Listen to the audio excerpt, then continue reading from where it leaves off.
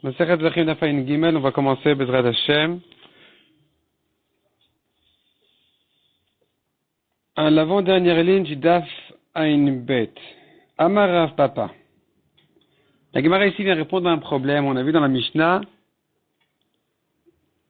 un taureau pasoul, un taureau comme Shoran Iskal, par exemple, un taureau qui ne peut pas être sacrifié, qui s'est mélangé parmi beaucoup de korbanot, eh bien, il s'annule pas. Tout le mélange est interdit. La question était pourquoi il s'annule pas? Il devrait s'annuler Berov, dans une majorité. Et donc de là, la Gemara avait proposé, était rentré dans la question, est-ce que quelque chose qui est important, qui se vend à l'unité, on le compte tant et tant, ces choses-là, est-ce qu'elles peuvent s'annuler ou pas? On avait vu là-dessus qu'il y avait deux versions.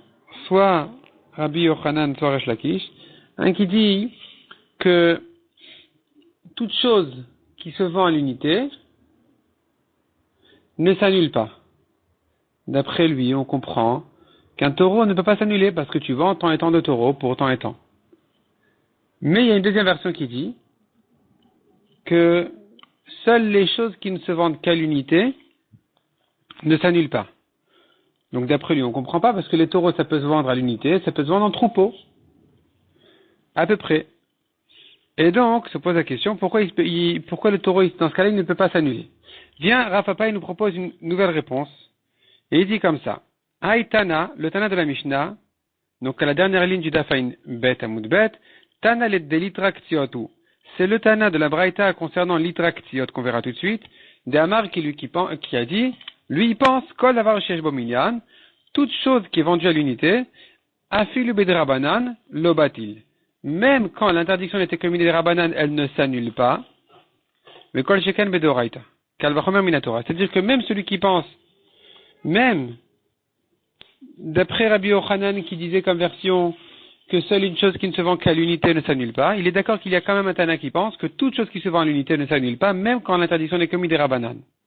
Et donc ici où le taureau il interdit Minatora, bien sûr qu'il ne peut pas s'annuler. Quelle est la Braïta? C'est quoi l'histoire de l'Itraktiot? C'est quoi le cas? De Tanya l'Itraktiot. L'Itra c'est une quantité, un volume. Ksiot c'est des figues sèches. Chez Drassa le Igoul. Igoul c'est le récipient dans lequel on écrase les figues sèches pour en faire une espèce de gâteau, c'est une boule de figues, et après, on coupe avec un couteau comme un gâteau, des tranches. Maintenant, il a mis une quantité d'une litra de ces figues sèches-là, il a collé sur un igoul, alpi igoul. Alors, le igoul, c'est le récipient dans lequel on met plein de figues, et alpi igoul, ça veut dire en haut, la bouche, en haut du igoul en question. Donc il a mis une litra de figues de trouma dans la partie supérieure de ce récipient-là. Le problème, il ne sait plus c'est dans quel igoul on rappelle c'est le récipient, il ne sait plus dans quel récipient il a mis ces figues-là, il les a écrasées là-bas. Ou bien alpi chavit, donc sur un tonneau, dans la partie supérieure, en haut du tonneau. Il ne sait pas c'est dans quel tonneau qu'il a mis cette trouba. Ou bien alpi kaveret veneodea bezo kaveret drasa. Pareil, kaveret c'est une espèce de récipient comme une ruche. En tout cas, il a mis là-bas dans une grande boîte. Il sait que c'était en haut, mais il ne sait pas c'est laquelle.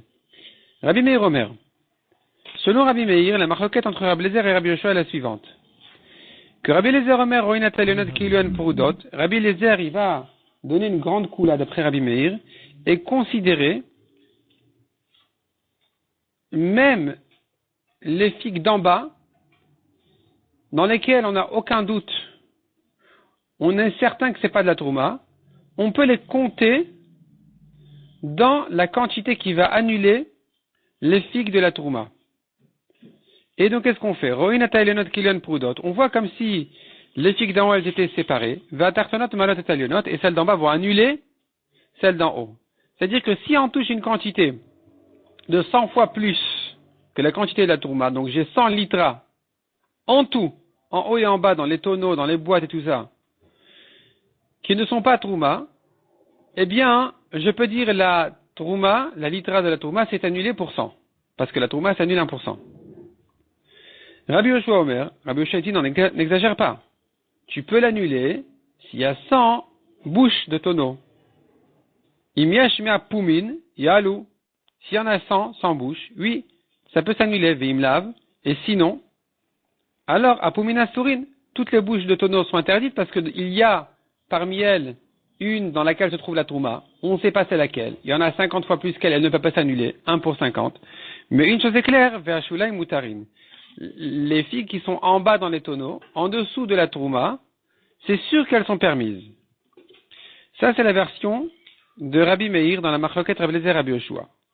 Rabbi Yehuda, il va un peu plus loin dans la Khumra, et il dit comme ça, il monte d'un cran. Rabbi Yehuda Omer, Rabbi Eliezer Omer, Im yesh sham kuf pumin yalu. Selon Rabbi Yehuda, c'est Rabbi Eliezer qui est Mahmir et qui dit qu'il faut 100 bouches pour l'annuler.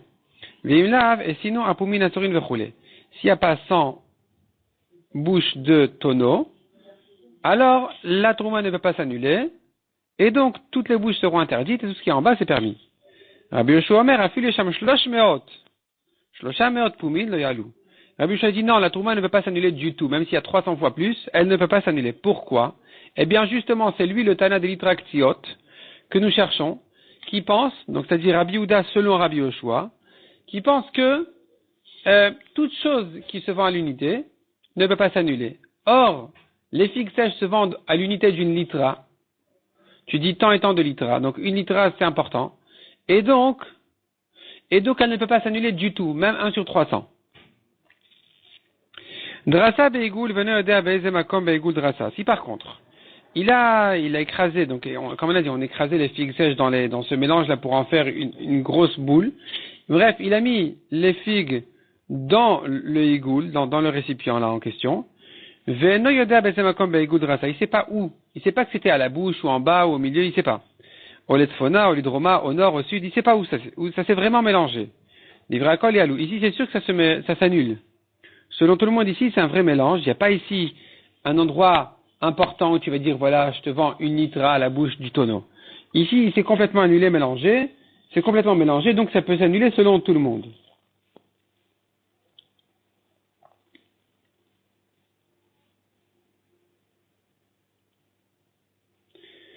Rachi explique que la bouche du tonneau en général est plus étroite.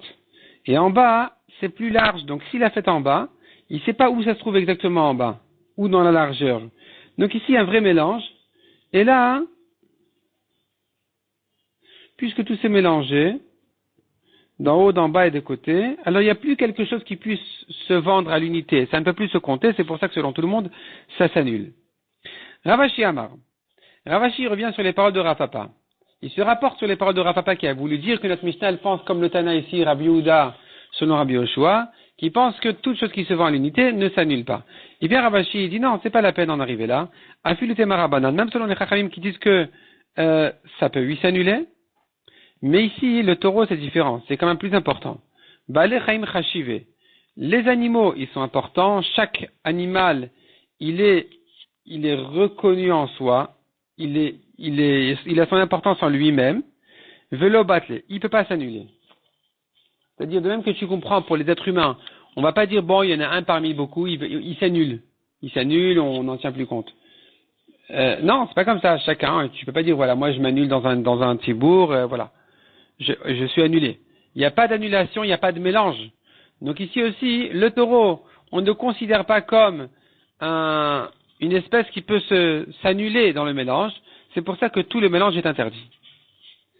Donc on comprend pour quelle raison le mélange n'est pas considéré comme un mélange et que donc on ne peut pas maintenant prendre de là et faire un corban. On ne peut pas maintenant considérer que tout le troupeau il est permis parce que le issour s'interdit. C'est pas comme disons un morceau de viande interdite qui s'est mélangé dans des morceaux permis où tu vas me dire tous les mélanges maintenant il est permis.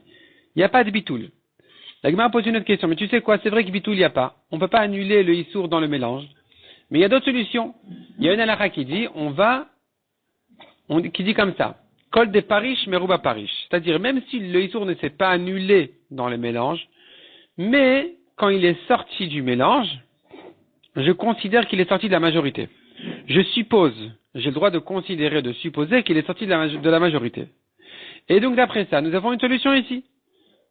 Tire un taureau du troupeau et dit, il fait certainement partie de la majorité. Même si le taureau interdit ne s'est pas annulé dans le mélange, mais une fois que j'ai tiré un taureau de là pour le sacrifier, il ne s'est pas annulé. Donc la Gemara demande Venimshor, on devrait pouvoir tirer Venikrav Chadminayu et sacrifier un d'entre eux, Venema, et on dira Kol de Parish, Meruba Parish, il est sorti de la majorité. La Gemara s'étonne sur cette propre proposition et demande Nimshor, quoi tu veux tirer de là un taureau et considérer qu'il vient de la majorité? Ça marche pas du tout. Avala Kavua. Ça rentre ici dans la définition de Kavua. Vechol Kavua kemertzal mertzadami. Dans une définition de Kavua, on dit pas on va selon la majorité. On dit tout est comme moitié-moitié. C'est-à-dire, si quelque chose est sorti du mélange et que tu l'as trouvé dehors, tu peux supposer qu'il vient de la majorité.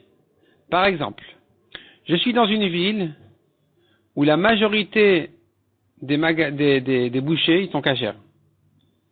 J'ai trouvé un morceau de viande dans la rue, un sachet de viande, je ne sais pas d'où ça vient, c'est cachère. C'est cachère, tu peux supposer que ça vient de la majorité. Mais si je suis rentré dans un magasin, et que, en ressortant, je ne sais plus dans quel magasin je suis rentré, j'avais la tête ailleurs complètement, et maintenant je suis sur la rue, je me demande, mais au fait, d'où j'ai pris cette viande-là? Du magasin cachère ou du magasin pas cachère? Maintenant, il y a 99 magasins cachères et un magasin pas cachère. Je ne sais pas où je suis rentré, où je l'ai pris.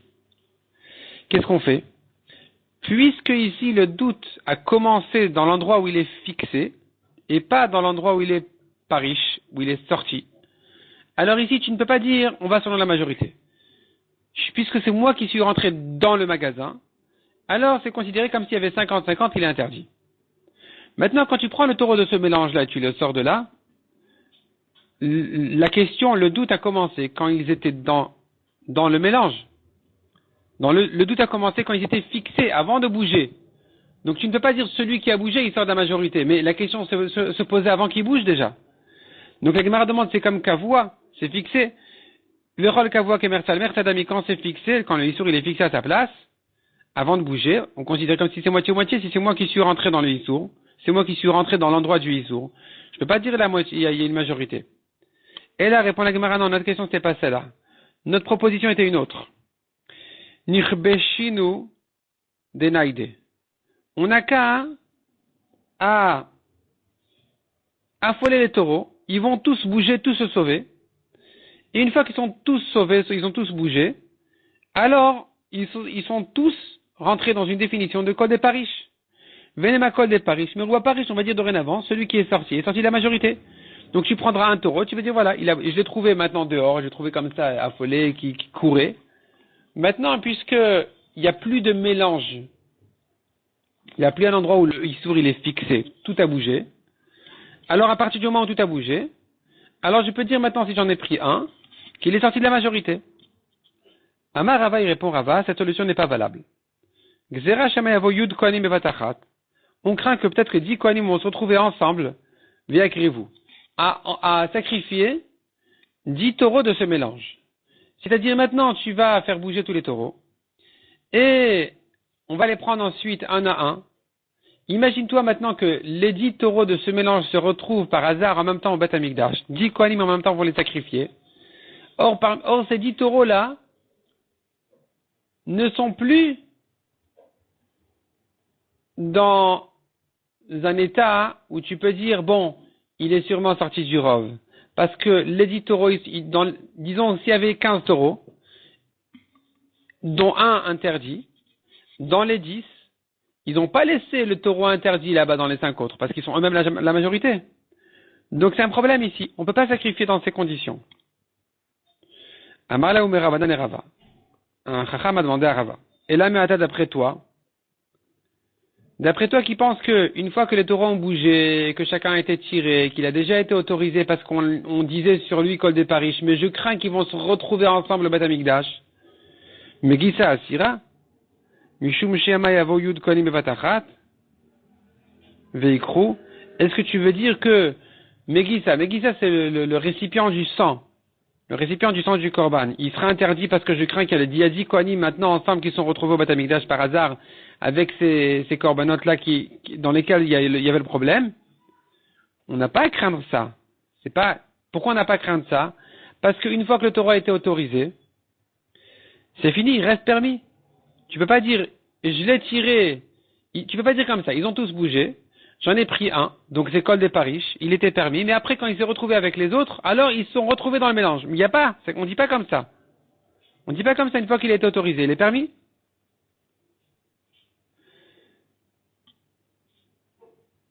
Répond la Gemara.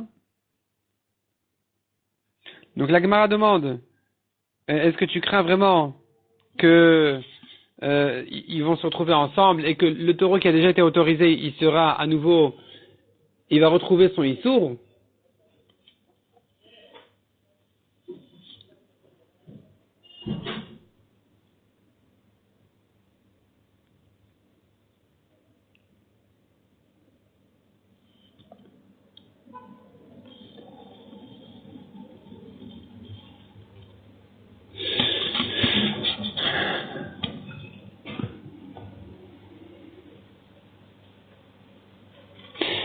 Je reprends la phrase, je reprends les deux dernières lignes. Amala umi Rabanan et Rava. Donc ce Chacham a demandé à Rava, et la meata megissa asira. Est-ce que tu vas me dire maintenant que quand le sang est dans le récipient, il redevient interdit? C'est pas possible. Réponds la Gemara. Ça, c'est déjà une réponse. Mishum shemayavoyud kohanim bevatachat veikru. Veikru bevatachat. Il faut dire veikru basara kohanim bevatachat. Je crains non pas que chaque korban est sorti en soi, il a été autorisé, puis ensuite ils vont se retrouver. Non, c'est pas ça mon problème. Je crains que 10 kohanim vont attraper 10 Torah en même temps qui ont bougé de ce mélange. Et là, parmi eux, il y a déjà à craindre que le Issour se trouve parce qu'ils sont déjà la majorité. Donc tu peux plus dire ici Kol de Parish, Merouba Parish. Ils sont eux-mêmes la majorité dans laquelle tu dois craindre que le Issour se trouve. La Gemara demande Miefchar. Ou plutôt la phrase se dit comme ça. Bevatachat Miefchar. Donc la question était comme ça. La Gemara avait dit Mishum Shemayavo Yud Kohanim Vatachat Veikru. Sur sa demande, la Gemara le Vatachat Miefchar. Est-ce possible que 10 Kohanim en même temps vont attraper 10 taureaux qui sont en train de se sauver? Et là, Marava Mishum Kavua. Il répond Rava, non, c'est pas ça le problème. Le problème, il est, j'ai peur que si tu permets de faire des solutions où les taureaux, ils vont se sauver, ils vont bouger, ils vont courir et après tu vas les attraper et tout ça, même si cette solution, elle est valable, mais on risque un jour d'oublier la solution et de prendre du mélange. Or, le mélange, il est kavoua, il est fixé. Et le taureau que tu sors de là, il est interdit parce qu'il est sorti de l'endroit où a été fixé le Issour. Il n'y a pas ici Merouba Paris. Je te dis pas ici il est sorti de la majorité. Donc pour ne pas en arriver à ce problème, on va interdire toujours. On va pas proposer ces solutions. Maintenant, s'il a quand même fait la solution, c'était un super haram, et il n'a pas obéi, ou il n'a pas su qu'il y avait un problème avec cette solution que les hachamim ont craint, qu'on risque de ne pas la faire, de prendre de l'endroit où ils ont fixé, tout ça. Il est venu, il a sorti, il les a fait bouger, il a pris de là un korban. Amarava. Hashta damre rabanan lo nakriv. Rava dit, mais maintenant que les chachamim ont interdit de le faire, il nakriv le meratze. S'il a fait le korban n'est pas kasher. Il n'est pas kasher parce que les chachamim ont interdit de le faire, donc ça y est, c'est un korban qui a été nidra, il a été repoussé, et donc on ne peut plus le faire. Même s'il a été fait, c'est pas bon. On n'est pas quitte. Et tu veux Ravuna bar Yuda le Rava. Ravuna objecte Rava. Chatat shinitarva beola, veola shinitarva bechatat. Un homme qui avait des oiseaux de ola, des oiseaux de chatat, et une chatat s'est mélangée parmi les ola, une ola parmi les chatat. Afilu achat beribo, même si c'est 1 sur 10 000, yamutu kulam. Il n'y a pas moyen de résoudre ce problème, a priori. Parce que la ola se fait en haut, la chatat se fait en bas. On sait bien, olat ha'of le ma'ala, ain, ain, ain. Donc, la ola doit se faire en haut, la chatat doit se faire en bas. Tu n'as pas moyen ici de résoudre ce problème. Donc, même 1 sur 10 000, tu peux rien faire. Yamutu kulam, ils vont tous mourir. Ceci dit, si le Kohen est venu poser la question, on lui dira il n'y a rien à faire. Tout le mélange est à mourir. Aval le Kohen chez Nimlach, mais un Kohen qui n'a pas posé de question. Asan les Mala, s'il les a fait en haut, il les a tous fait en haut. Merta Kachero, Merta Pasoul, toutes les holotes sont kshérot, toutes les chataot sont psoulot. Les Mata, il a fait en bas. Merta Kachero, Merta Pasoul, la moitié, donc toutes les chataot sont kachères, toutes les holotes sont psoulot. Achat le mata ve achat le mala, Shnen psulot. Mais s'il en a fait une en haut, une en bas, il n'a pas tout fait en haut ou tout fait en bas. Il a fait une en haut, une en bas, et on ne sait pas s'il a fait la bonne en haut, la bonne en bas, ou le contraire. Shnen psulot, les deux sont psulot. Shani Omer, parce que je crains. Khatat kriva lema. La voilà kriva lema, peut-être qu'il a fait la khatat en haut et la ola en bas. Donc tu vois de là. Un Kohen qui n'avait pas le droit de faire les korbanot, mais qui n'a pas posé la question et qu'il est allé les faire, c'est kasher ce qu'il a fait, on calcule ce qu'il a fait. Il a tout fait en haut, bien toutes les olot sont ksherot. Il a fait en bas, toutes les khatot sont ksherot. Or, Rava avait dit que si j'interdis des rabanan de sacrifier un korban dans ces conditions, s'il l'a fait, il n'est pas kasher. Donc comment tu peux t'arranger avec cette Mishnah qui dit le Kohen qui n'a pas demandé s'il a fait ses kasher? Et là, il faut répondre Hakeman damar balechaim nidachin. La Mishnah, ou plutôt Rava qui a dit le korban n'est pas kasher, c'est pas ce qu'il pense. Balechaim nidachin, c'est-à-dire un korban vivant qui a eu un psoul nidra. C'est fini, il est repoussé, on ne doit plus le récupérer.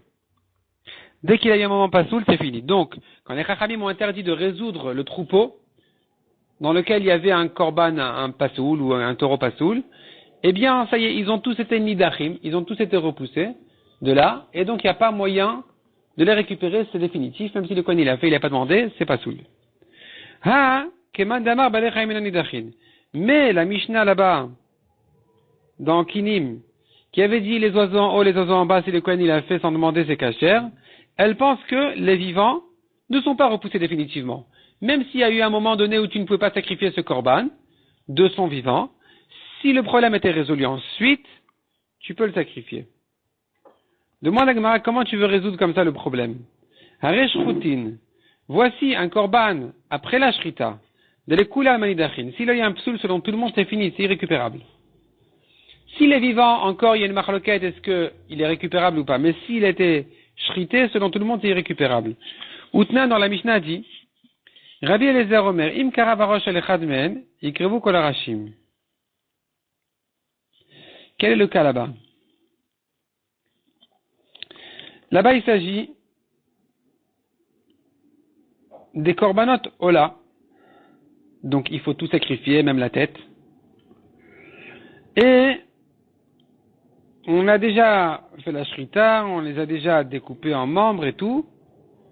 Et on sait qu'il y a ici, il y avait ici une ola psoula qui avait un défaut. Mais on ne reconnaît plus maintenant parce que les membres ils sont déjà partagés. Il y a beaucoup de olot comme ça, découpés en membres, partagés. Et on ne sait plus quoi faire avec tous ces membres-là. On n'aura pas le droit de les sacrifier du tout. Ils sont tous interdits. Mais il vient Rabbi Eliezer, il dit, si le Kohen ne savait pas ou il n'a pas posé de question, il est venu, il a sacrifié une tête. Donc, Imkara varosh el echad men, je peux supposer que la tête qui a été sacrifiée est la tête du korban pasoul et que tout ce qui reste c'est kasher. Donc, yikrevu kol harashim. Toutes les têtes vont être sacrifiées dorénavant. Tu vois donc ici une Mishnah qui traite justement un cas comme celui-là, où il y a eu un moment où c'était pasoul, où on aurait dû interdire au Kohen de faire, de sacrifier, comme ici il y a un mélange de psoul. Et ici, c'est une étape après la shrita où on a dit shrutim nidachim les kula alma. Après la shrita, selon tout le monde, c'est irrécupérable, c'est repoussé, c'est fini. Et malgré tout, tu vois que d'après Rabbi Eliezer, s'il a quand même fait, c'est kasher. Donc ne me dis pas que la question de savoir si c'est kasher ou pas soul quand il a fait sans demander, elle dépend de la question est-ce que c'est nidachim ou pas nidachim. Tu vois bien ici que c'est sûr que c'est nidachim comme après la shrita. Et pourtant, tu as une opinion, tu as un Rabbi Eliezer qui te dit que c'est kasher. Répond la Gemara. Hu de Amar Kechanan et Mitzri. Rabbi Eliezer ici, il faut dire, il pense comme un Tana unique qui dit que même après la shrita, on ne dit pas nidachim. Un korban qui a eu, à un moment donné, on ne pouvait pas le sacrifier après la shrita, pas un vrai psoul, mais on ne pouvait pas le sacrifier. Il était nidra, il était repoussé. Si ensuite le problème était résolu, tu le refais. Tu le ramènes. Il est bon. Et ça, c'est Hanan Amitri qui dit comme ça. Et donc, Rabbi Eliezer, il pourra penser comme lui. Mais en général, les Chachamim ne pensent pas comme ça. Et ils sont à marloquette s'il est vivant. Est-ce que s'il a été repoussé, il peut revenir ou pas? Mais on lui a fait la shrita déjà, selon tout le monde, tous les Chachamim, sauf ce Rabbi Eliezer qui pense comme Hanan Amitri, tous les autres Chachamim, ils pensent qu'après la shrita, si le korban était repoussé, il est irrécupérable. Et donc, qu'est-ce qu'il dit Hanan Amitri, de Taina Hanan Amitri Omer, Afiludam Bekos, même si dans le récipient il a le sang du Saïr Lachem, du bouc Lachem de Kippour, et que le bouc émissaire est mort, il a compris ce qu'on allait lui faire, il est mort, alors, malgré que le sang du Saïr Lachem, à ce moment-là, n'avait pas son ami là, Azazel, et qu'il était repoussé, on ne pouvait pas l'asperger et le faire correctement, mais il n'y a pas de problème, tu peux quand même le laisser de côté quelques minutes, mais vichavero, mais aveglo. On amène son ami un nouveau Seir Lazazel, et dorénavant, on pourra récupérer et faire asperger donc le sang du Seir Lachem. Donc tu vois que même si c'était après la Shrita, on ne dit pas Midachim. On ne dit pas, ça y est, ce sang-là, il y a eu un moment qu'il était en problème, qu'il était mis de côté, c'est fini, on ne le récupère pas. On peut lui le récupérer. Et donc ici, selon Hanan Amitri, c'est récupérable. C'est comme ça que dira aussi Rabbi Eliezer concernant les têtes, la tête qui a été sacrifiée sans demander, ça va, elle est kshera, on peut continuer les autres têtes. Les autres têtes, elles seront ksherot malgré qu'a priori elles étaient repoussées. Mais ça, c'est comme on a dit, ce sont des tanaïm uniques, mais en général, les Chachamim, ils pensent qu'après la shrita, c'est irrécupérable. Si à un moment donné où c'était repoussé, c'est irrécupérable. Mais de son vivant, là, c'est déjà une grande marloquette. Est-ce que s'il a eu un moment donné où il était repoussé, tu peux le ramener ou pas? Et donc, c'est comme ça qu'on va résoudre la contradiction. Ou Rava qui voulait dire, c'est le Kohen qui n'a pas écouté, qui a bougé les korbanot, et il en a fait un, et c'est pas soul, c'est parce qu'il pense que Balei Chaim Nidachim. Tandis que la Mishnah dans Kinim concernant les oiseaux qui a dit bon, si le Kohen il a fait, c'est bon, elle pense que Balei Chaim Enam Nidachim.